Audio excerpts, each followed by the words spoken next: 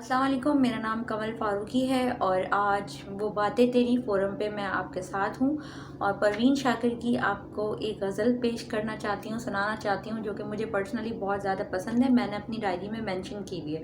तो चलें स्टार्ट करते हैं टाइम ज़ाया किए बगैर। सबसे पहले तो आप सबको आदाब।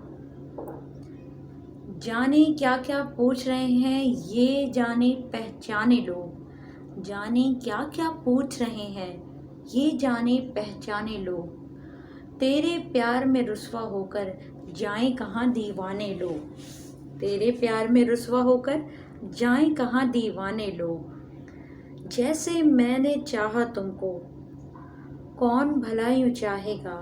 जैसे मैंने चाहा तुमको कौन भला यूं चाहेगा। अगर तलाश करोगे तो मिल ही जाएगा, मगर मेरी तरह तुमको कौन चाहेगा। तुम्हें ज़रूर कोई चाहतों से देखेगा मगर तुम्हें ज़रूर कोई चाहतों से देखेगा मगर आंखें मेरी वो कहाँ से लाएगा। तुम्हारे साथ मेरा वक्त बहुत अच्छा गुजरा, तुम्हारे बाद मुझे ये वक्त बहुत रुलाएगा।